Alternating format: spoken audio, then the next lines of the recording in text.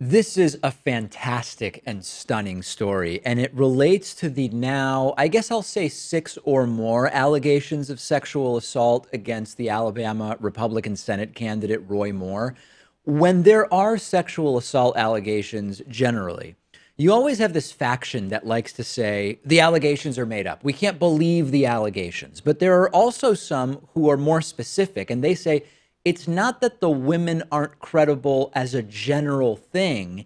It's that anyone who wants to hurt a politician can go to the media and say, so and so assaulted me, just to get stories written about them to hurt them politically.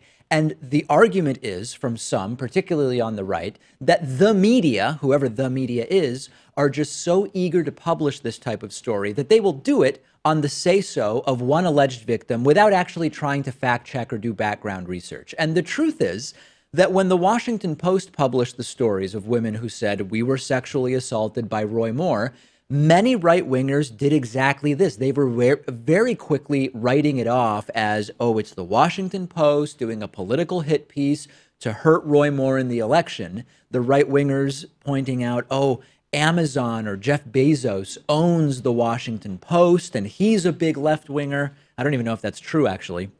But in any case, saying you can't trust the reports because the Washington Post is not really researching this stuff. They're publishing nonsense. They've not done their due diligence to figure out, are these women maybe telling the truth or are these women just making stuff up? And this is where it gets great, okay? Remember this guy, James O'Keefe? He's the sort of right-wing troll provocateur who likes to do undercover recordings to try to sting different people. And so often his sting attempts completely backfire. He did this at Acorn. He did this with Planned Parenthood. There's a very long list of them. And many of them have absolutely horribly backfired on him. He's connected to this organization, Project Veritas. And what Project Veritas and James O'Keefe did was send a woman to the Washington Post to lie, to straight up lie and say, Roy Moore sexually assaulted me. And the idea was, if the Washington Post publishes this, then Project Veritas can come out and say, look, this woman went to the Washington Post, made up this story about Roy Moore, and they published it. And it would sort of serve to discredit all of the previous accusers of Roy Moore. So what did the woman do? She got in touch with the Washington Post. She had a meeting with them. And in that meeting, she said, I was 15 years old. I had a sexual relationship with Roy Moore where I got pregnant, and ultimately I got an abortion. And again, the idea was get Washington Post to publish this to then say we tricked them and we can't believe any of the women. What did the Washington Post do? Well, they investigated the claims and they started to see them as sort of suspect. They thought maybe this is a fake story. First, the Washington Post noticed that there were some inconsistencies in the woman's story. And then they went online and they found an internet posting from a woman who said, basically, I'm moving to New York. I've accepted a job working in the conservative media movement to combat the lies and deceit of the liberal mainstream media. I'll be using my skills as a researcher and fact checker to help our movement. And the Washington Post research team had reason to believe that that post was from the woman that met with them. And it's kind of weird if you say, well, I'm moving to New York to work in conservative activism. And right after you move to New York, what you do is call up the Washington Post and say, hey, Roy Moore sexually assaulted me when I was 15. So the Washington Post goes and confronts the woman and she insists, listen, I'm not working with anyone. I'm just a woman telling my story of sexual assault. Well, Washington Post was getting more and more suspicious. So they started sort of paying attention to where it was that the woman was going. What is it that she's doing during the day? And they caught her walking into the office of none other than James O'Keefe's Project Veritas. So then the Washington Post says, let's confront James O'Keefe about this woman. And here is what happened when the Washington Post tried to get James O'Keefe to tell them, hey, is this woman working for you? Because she came to us and said Roy Moore sexually assaulted her.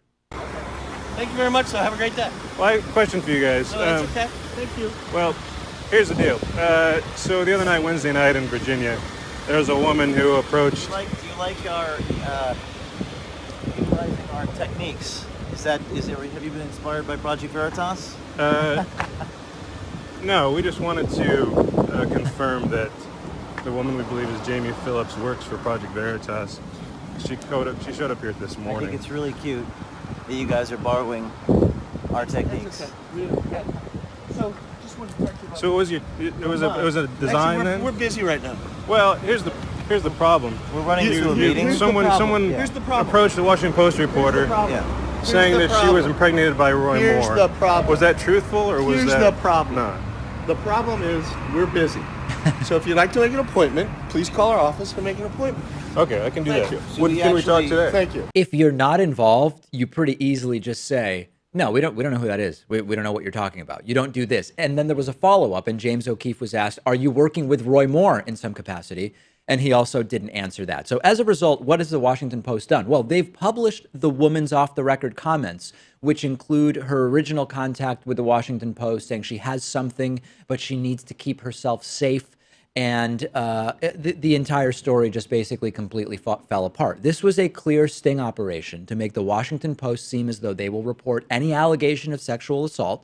And the Washington Post didn't. They investigated and they did the right thing. They were the targets of a sting operation to discredit Roy Moore's accusers. This vindicates the Washington Post. And I can imagine the people at Project Veritas sitting around scheming, thinking, oh, this is just going to be so brilliant.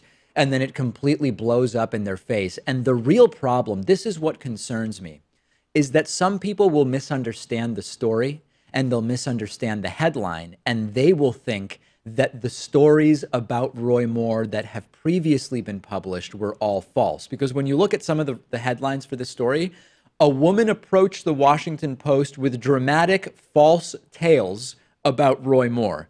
If you just read that, and I'm curious, Pat, whether you agree with me about this, might you not come away thinking that all of the stories we've heard so far are the fake ones, when the truth is, this makes those other stories more believable? Yeah, I mean, I think it's one thing to go out there and try to discredit the mainstream media. Sure. So many people don't like them to begin with. Easy But target. when you're trying to discredit previous sexual misconduct allegers, that's horrible. You are going and specifically trying to say, however, what have all 5 or 6 gone through the Washington Post? I don't even know at this point. The idea is to cast doubt upon how truthful the original accusers are, because it was the Washington Post that made some of those reports. And the truth is, we now can trust the Washington Post more than maybe we did. And we should be skeptical of every media outlet, of course. But the fact that the Washington Post didn't just rush and say, hey, here's another one, let's publish this one too. They actually investigated and they said, you know what? This was an attempt to sting us, and they don't do it the way that the right wing says they do it. Number one, that's why this didn't work. And number two, this is why it's particularly ridiculous for Trump to write off the New York Times and the Washington Post as fake news left-wing bomb throwers. Washington Post did the exact right thing here, and I applaud them for it 100%. The video you just finished watching was made possible by you through the membership program. You can sign up for membership at davidpakman.com/membership. We are viewer-supported independent media. You can use the coupon code IVOTED17 for a 40% discount off of your membership.